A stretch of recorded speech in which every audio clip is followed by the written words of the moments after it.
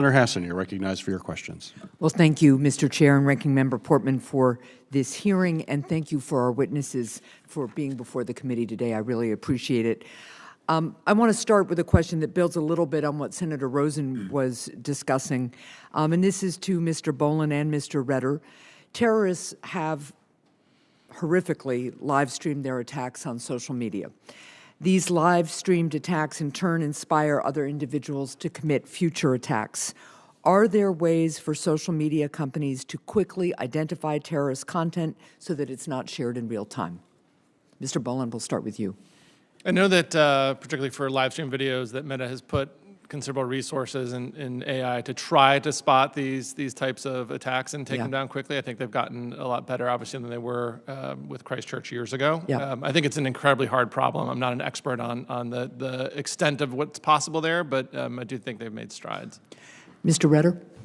It's certainly possible. It's a hard technical challenge, but you can build algorithms to figure out in real time or near real time the content of videos. They won't be perfect, like any sort of classification or segmentation algorithm, but you could certainly do so. You could work on it. I mean, this is an ongoing issue because, of course, we're seeing the acceleration from idea to action happening much more quickly, in part because of the influence of social media, too. So I thank you for that, and I'd look forward to following up with you both on it.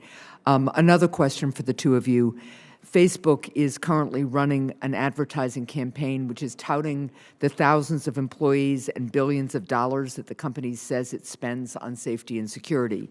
These numbers, however, are pretty meaningless without proper context, right? So what specific information or metrics should these companies provide this committee to help us fully understand their actual commitment to safety and security? And Mr. Boland, again, we'll start with you.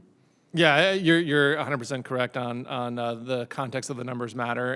I think when they first announced their $13 billion over 5 years safety and security number, it was in context of $50 billion in stock buybacks, right? So like a massive imbalance of investment.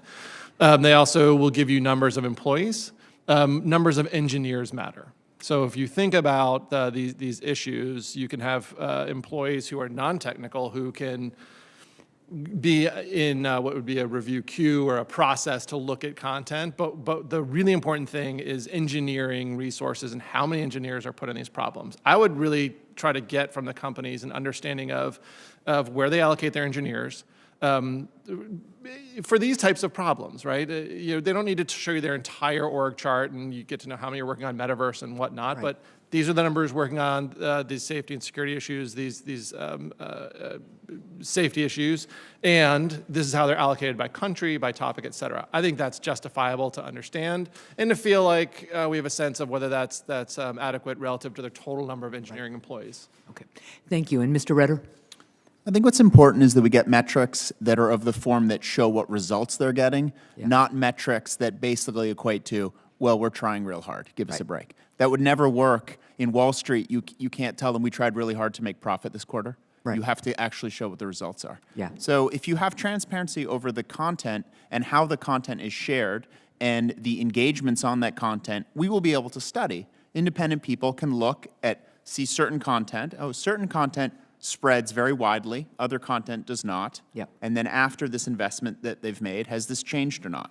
So we need metrics where we can measure the actual result, not just, I tried really hard, so please be happy. And I'm sorry, one more quick thought there is that I worry that a lot of times, because it's so painful, we focus on these extreme examples of content, the live stream shootings. There is a broad swath of content that influences people that doesn't feel as scary.